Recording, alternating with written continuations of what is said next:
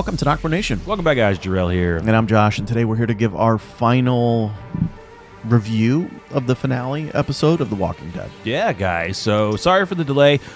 This time it was not Josh being hungover. He had a slight medical issue, but nothing serious. But he's doing a lot better now. And It's either be hungover or I'm sick. It's all good.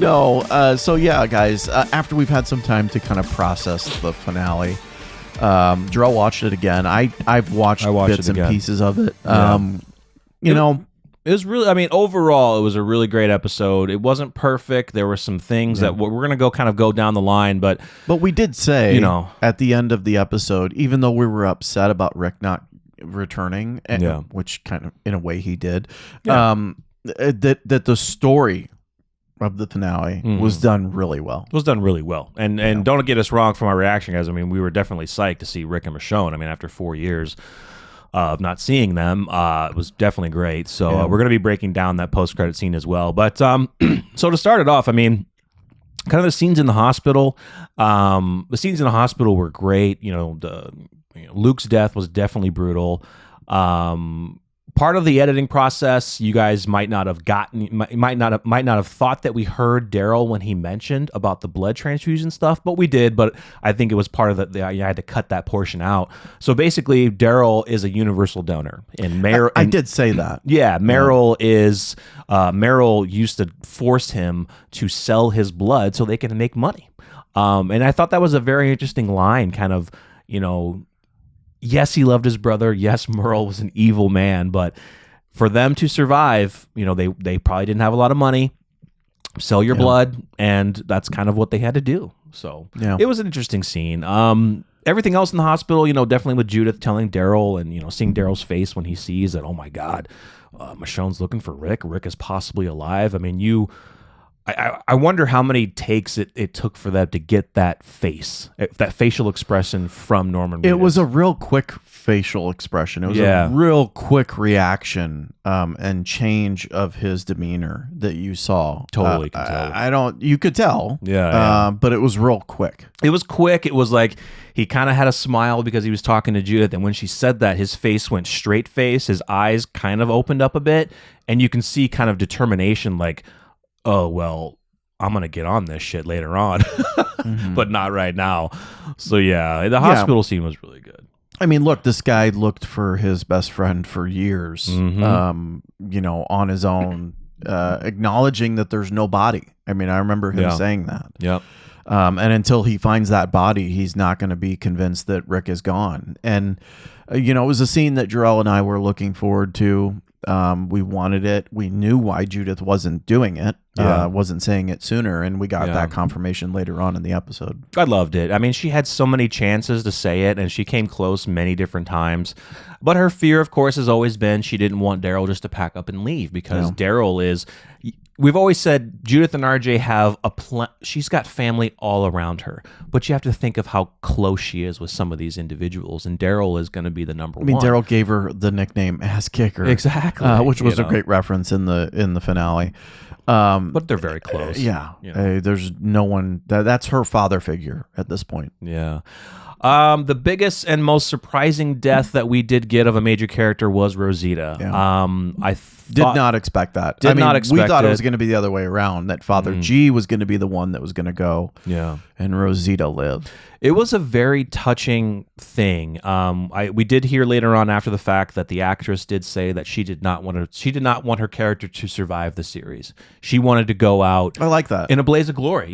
She's like she's loved this character for so long. She didn't want the characters to survive. She already surpassed her comic book counterpart's death in the Whisperer War. I think, if they would have killed her and made her comic book death, legit, and made it in the Whisperer War, it would have fit then. But I think it fits better now because of, everything that Rosita went through, of course, to get her daughter back. But there were some things I did not like about it, and that is when she was on her deathbed. I just did not like that Father Gabriel just never said that he loved her. Or he didn't really give a lot of emotion. Yeah, it goes back to us saying several times, like, their relationship's weird. It's weird. But the thing is, like, and I'm with you. What I'm upset about is it didn't have to be. It didn't have to be weird. Like they No. could have given us scenes of a loving couple. They could have given us that loving goodbye. Yeah. And they didn't. And it was more of the. I did like the line, "We'll see you again soon." Yeah, but that's see to me like not that this doesn't have anything to do with his his religious background. He's a very hardened individual. Yes, he is a man of God, but he is also he knows how to love. But you do see little things here and there when Gabriel and her talked with each other. And it could be they just have a silent kind of style where they're looking at each other. They don't have to tell each other they love each other because they can look into each other's eyes and they're basically telling it to each other. Yeah. That I understand. But I really wanted to see more from Gabriel. Like when she whispered into his ear at the dinner table telling him, you kind of saw the emotion in his face. But because, I would say partially of his religious background, he has a lot of hope for this. And he feels that okay, yes, she'll be going to a better place, and she did everything she could. But I wanted a little more emotion from Gabriel out of it, and it was just kind of sad to me in that part of it. Yeah. But the whole scene of her death, like my favorite part great. about that was when Eugene found out. That was when she was. Yeah. We get Eugene walking into a room. And there's Rosita just adoring her child. Mm-hmm. And what I loved about that scene was not necessarily that Rosita is saying, I have to spend as much time with my child now as I can. Mm-hmm. And she didn't come out and say that. I'm just saying by her reactions. But more of like you saw someone that was at peace with knowing that they were going to go. Yeah. And the way that she looked at Eugene, I thought it was a beautiful scene. She did have a line in there that's what Eugene kind of figured out. She said something like, I don't want this feeling to go away, or she said a specific line that kind of triggered inside Eugene that, are you okay? It was interesting that she did get clawed. Of course, we didn't see it. Clawed. I don't know. She got bit. It didn't seem like a bite. It was. Yeah, it just didn't look like a bite. It looked like maybe nails going in. But yeah, it was a bite. Yeah, for sure. But of course, we didn't see it because it was kind of the Glenn dumpster thing. She was on a pile of walkers were on top of her. So whatever underneath there, she was bit. Immediately, the question is how did she get bit in the back, but the baby didn't get bit? When the baby was on the front, right? Yeah, I mean, look, that just goes she fell on her we're back. Gonna kill off one character. Yeah, she fell on her back, and the walkers jumped on top of her. How was that baby not devoured? But a walker got a back bite. It's fine, but whatever. Yeah, it was a very beautiful thing that they did with Rosita. And I love at the end where they showed her nameplate, and I love that Eugene and and I Max love the line named their baby Rose. I love the line that she said to Eugene was, "I'm glad that you're the last one." Mm-hmm. Yeah, or something like that. I can't remember the exact line. That's what she said. Yeah, I'm glad you're the last one. Yeah, yeah. It was done really good. The Commonwealth's Last Stand. I thought this whole sequence was freaking amazing. I love the end where they exploded the entire estate. But now I was a little let down that the Last Stand didn't go a little bit further. I kind of wanted a little bit more, but I know for pacing and timing of what they wanted to do, they really wanted to get to the point. They really wanted to show that yes, Pamela is going to leave all those people outside to die. The one woman soldier, she's kind of trying to get her to understand, like, we can't do this, but I'll go along with your orders. That's fine. And then we finally did get the speech that we wanted. We were going back and forth of who's going to give it, if it was going to be Judith at the end, Ezekiel, we had Aaron. We really didn't have Daryl because we didn't think Daryl would do it. Because again, his personality and his leadership, which by the way, the speech fit him perfectly. Yes, it did. But more importantly, like, I think leading into the finale, our final top two was Judith or Mercer. Mm-hmm. That was our top two. Yeah. But again, the way that they did that, the way that Daryl just spoke, and I mean, immediately right out the gate, he said, the first thing he was like, "What are you doing?" Yeah. That's perfect. Yeah. Like, it gets to the point right away. And then I think his speech was maybe, 2 or 3 lines? 2 or 3 lines, yeah. He said, "What are you doing?" He basically said, in a way, like, your first mistake was trying to make this like the old world. that's where you done fucked up in a sense. Like, you can't make it the old world. You can do as much as you can, but it's never going to be like the old world because the old world is gone. Yeah. And then he said, yeah, I love what he said. We ain't the Walking Dead, which is a little bit different from what Rick Grimes said in the comic books, where he said we are not the Walking Dead. Same thing. It's just, it's to Daryl's words, ain't, rather than, not. But it was really good. And we kind of got a comic book Easter egg in there where when Pamela was up at the fence and she was potentially going to commit suicide, that was kind of taking off of Carol's comic book death, where she committed suicide by letting a walker bite her neck and kill her because she was in love with Rick and Lori Grimes. And it was, her comic book counterpart is nothing like the show. Nothing like the show. But yeah, that was interesting that she was willing to, and it was Lance Hornsby who made it over there, that she was willing. I kind of figured, like, okay, either she's going to go to jail or she's just going to say, screw it, I'm going to kill myself. Yeah. And I did love the line at the end from Negan where her going to jail is worse than death. Yeah. Because he knows from experience. Yeah, absolutely. For sure. But yeah, you know what? I said that at the end of our review. Like, the story, I thought was done great. I thought they really did an excellent job closing out the Commonwealth story arc. Did too. We were kind of, because we're comic book readers, we were kind of maybe thinking they would do the whole, it was kind of that way, our group on one side, their group on the other, with soldiers mixed in both sides. And then, Pamela wanting them to be killed, and somebody gives a great speech and does it. So it was done similar, but different. You remember the comments that Angela Kang and Scott Gimple have said about the finale? Similar, but different. Yep. Yes, indeed. Sure. That's very similar, Makes but different. sense now. It makes sense now. Yeah. So, the whole Commonwealth arc, I think, was done really good. And this last stand was pretty damn good. And I love the end part with Pamela in jail. And she's like, oh, you got a lot of decisions to make. Where are people going to live? Who's going to get the nice houses? And we're like, they're just like everyone is, because we don't give a shit about levels and where you sit. Yeah. But nobody's going to be in your house because it's gone. But I loved that the CGI in that was done really well. Yeah, I thought it was too. Like, it was obviously believable. So, oh yeah, for sure. The Maggie and Negan talk. Now, sad. It was very sad, but it was something that needed to be done. I really implore Maggie for finally really giving her full feelings. Yes, she understands that he has been trying all this time. She understands that he saved Herschel.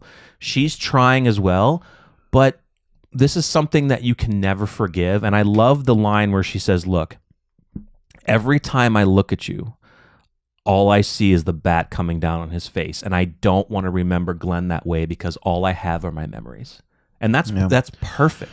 It was a really powerful speech. Yeah. Negan not even saying a word. Yeah, and probably the right thing to do. Yeah. It's sad for Negan because he's tried so hard to get to the point where he can be forgiven. And you could just see the pain in his eyes too. Oh, he was crying. I can't believe, like, you kind of got the sense like he's crying because he did what he did. He's crying because he so desperately wants to be forgiven by Maggie. Yeah. But it was very well said. It was very well said. I think the other good piece of this for Negan that we walked away from was when everyone was at the dinner table and everything, and Daryl looked outside and saw Negan. They both gave each other a head nod, and the head nod from Daryl is huge. Yeah. And that's huge for Negan. He had a kind of a nice little smile on his face, and he walked away, and we're just led to believe that him and Annie, we don't know if they're going to be in Alexandria. They could be outside of it, but I kind of feel that Negan is not in Alexandria. Him and Annie are going to be somewhere around the area. Exactly. I think it's time for him to go and part his ways. But exile himself in a sense.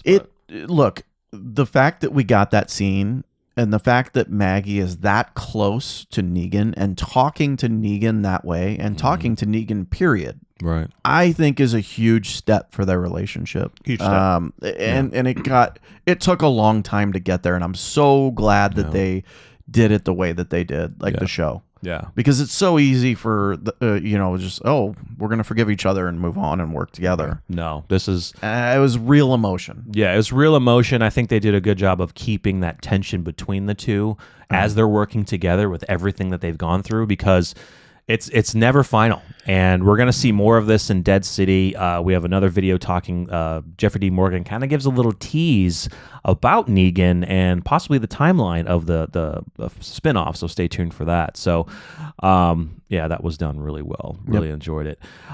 So the big stuff at the end, after the 1 year time jump, Carol's got a new job. She's basically taken Lance Hornsby's job and kind of molded it into her own, made it better.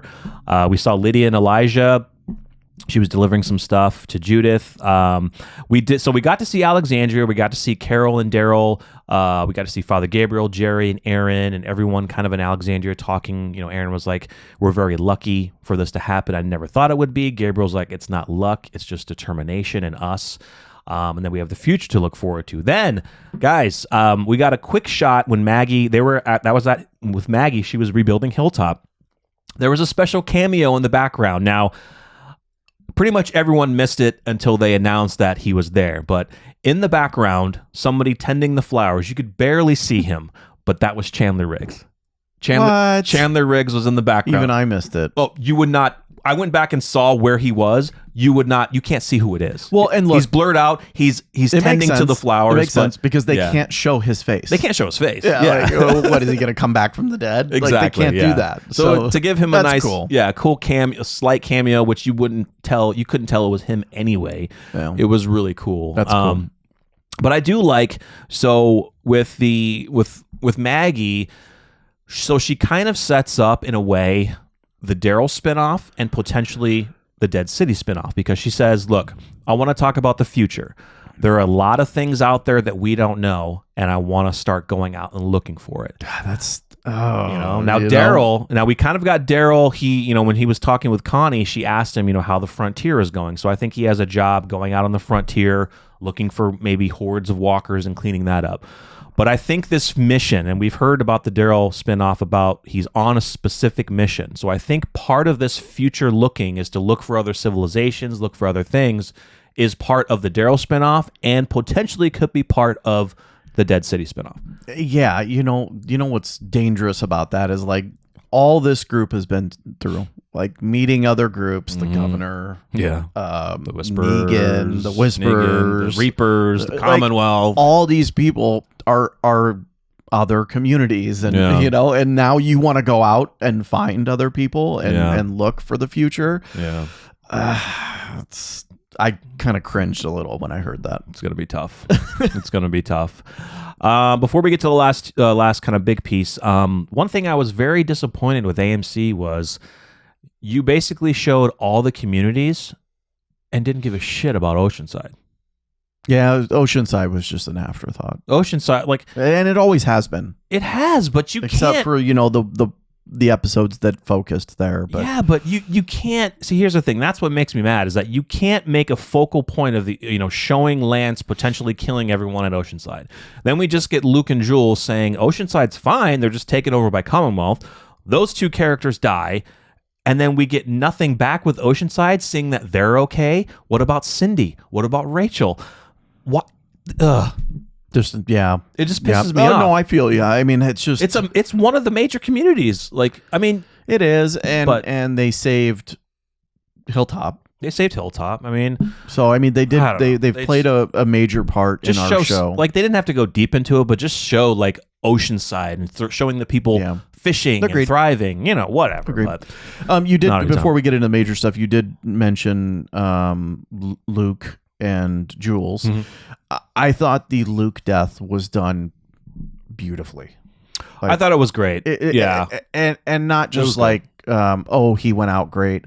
That was a very sad moment. And when you saw all of the Magna, the Yumiko, the whole group, Kelly, Connie, that whole group just huddled by him, and the way that he passed, that was very sad, but an amazing scene. What's crazy about that is, and we're kind of backtracking a little bit, but what's crazy about that is when you hear them all crying and screaming and stuff, it's like he was dying in real life. No, Seriously. Exactly, right? And I don't know how you can act that. I mean, that's unreal. And the fact that like they but what they basically did was go through his death scene and him passing away right in front of them. Yeah.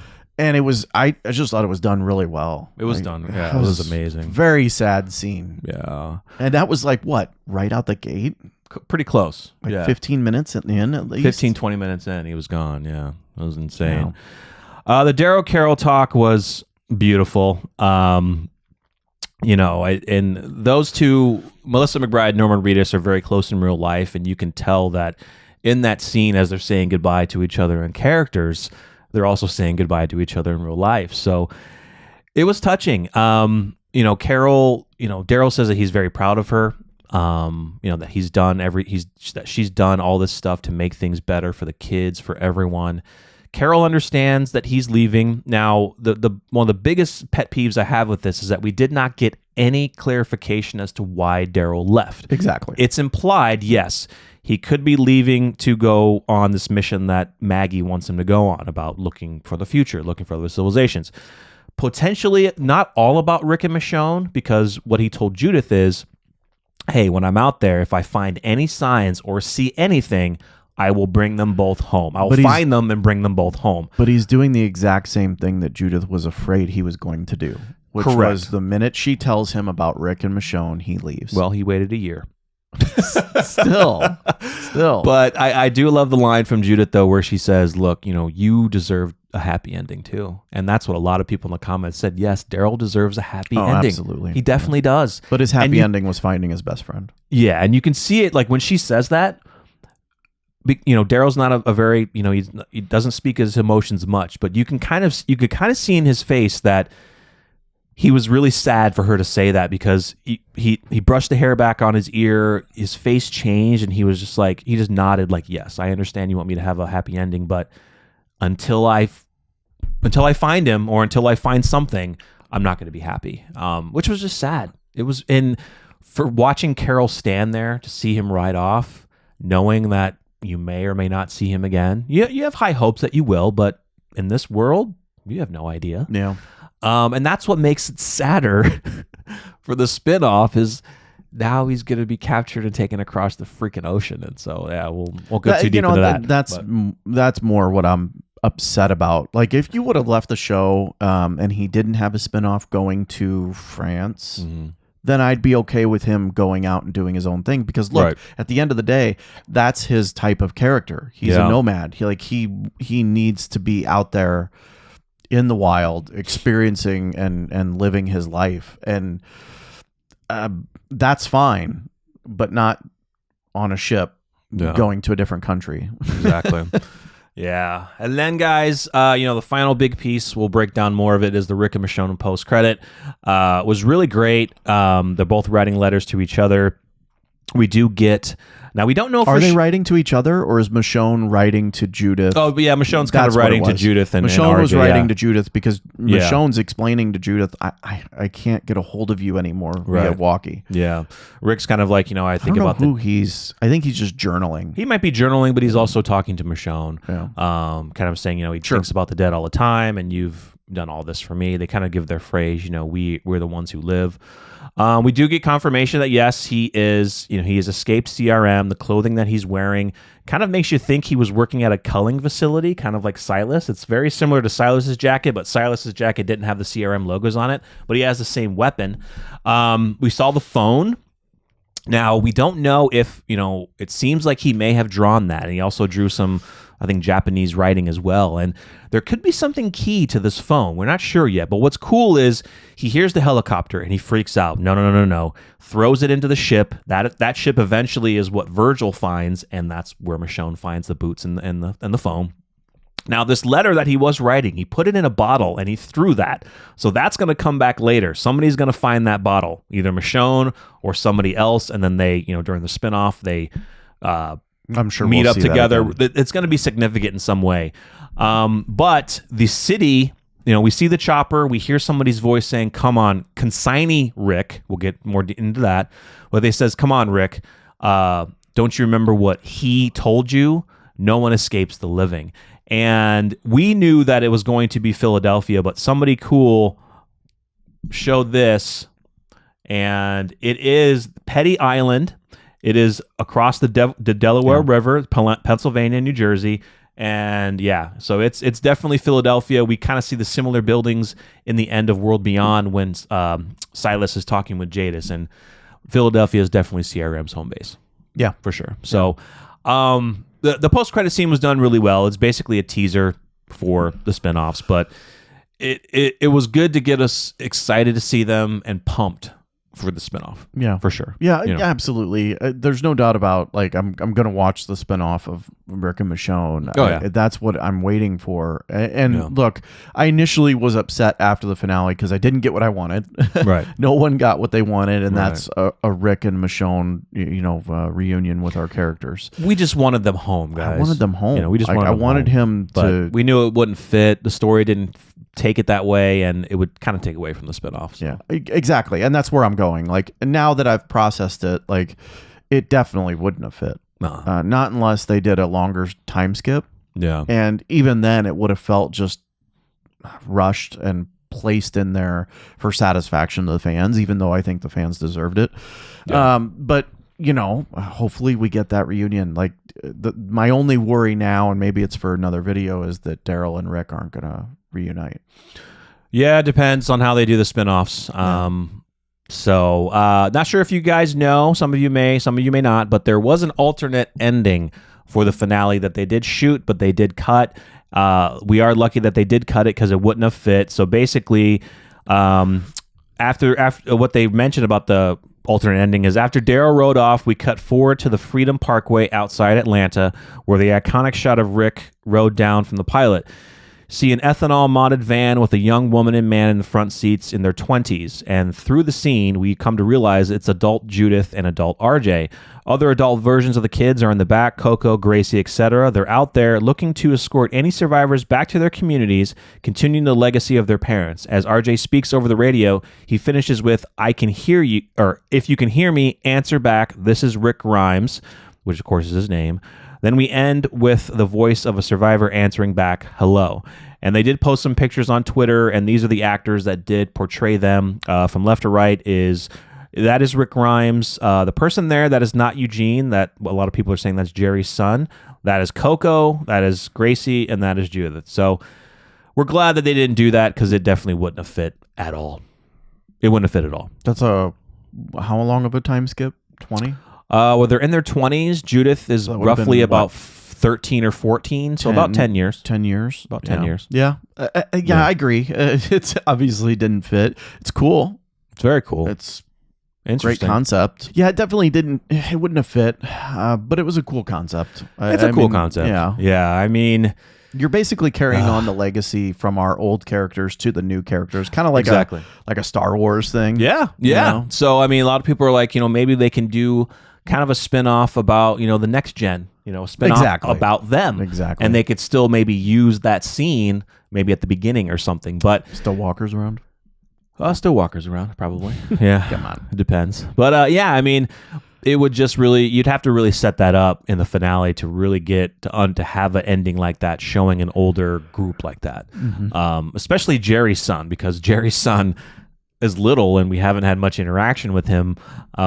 But definitely RJ, Judith, and Gracie would be 3. Coco would be very interesting too. I think that would be cool as hell. And I don't know if you saw in that picture, it looks like she's wearing Rosita's hat or cap. Dude. Yeah, dude. So yeah, guys, it was a great finale. Once again, we have, everyone's going to have their opinions. It was done well. It wasn't perfect. Nothing really ever is. There were some things that I think that they did rush, that they took out, that they left things out. But in the course of time, you got to fill that time slot, 90 minutes.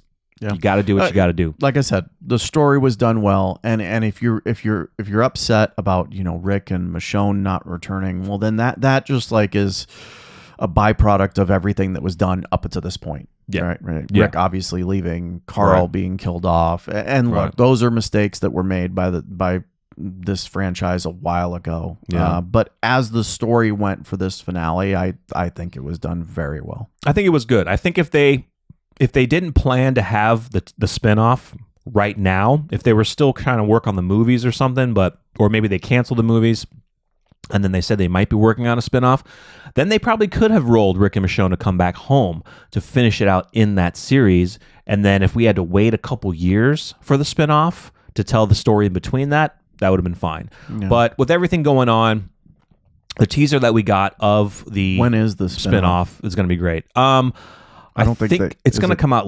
I think it's going to be coming out like late next year. Yeah. Yeah. So I mean, I would assume it has to be done pretty quickly. Yeah. Yeah. I'd hope that that would be the case. Yeah. So it was a great finale. You know, we appreciate you guys checking out the reaction. We hope you guys enjoyed it. And definitely stay tuned. We're going to be still doing videos on everything Walking Dead related. And then of course, when those reactions come out for the spinoff, we're definitely doing those. We know that we've just been hearing that the spinoff, the Rick and Michonne one anyway, may only be 1 season, 6 episodes, but that can change as maybe the viewership's awesome for it, but they have to write it. If they're writing it for just 6 episodes, you can't really write it for 2. Yeah. Once you film it, if it's done, it's done. So we'll have to wait and see. So hope you guys enjoyed. Make sure you stay tuned for the other videos we have coming this week and later on. And we will see you guys next time. I'm Jarrell. I'm Josh. We're NocBro Nation. We're up.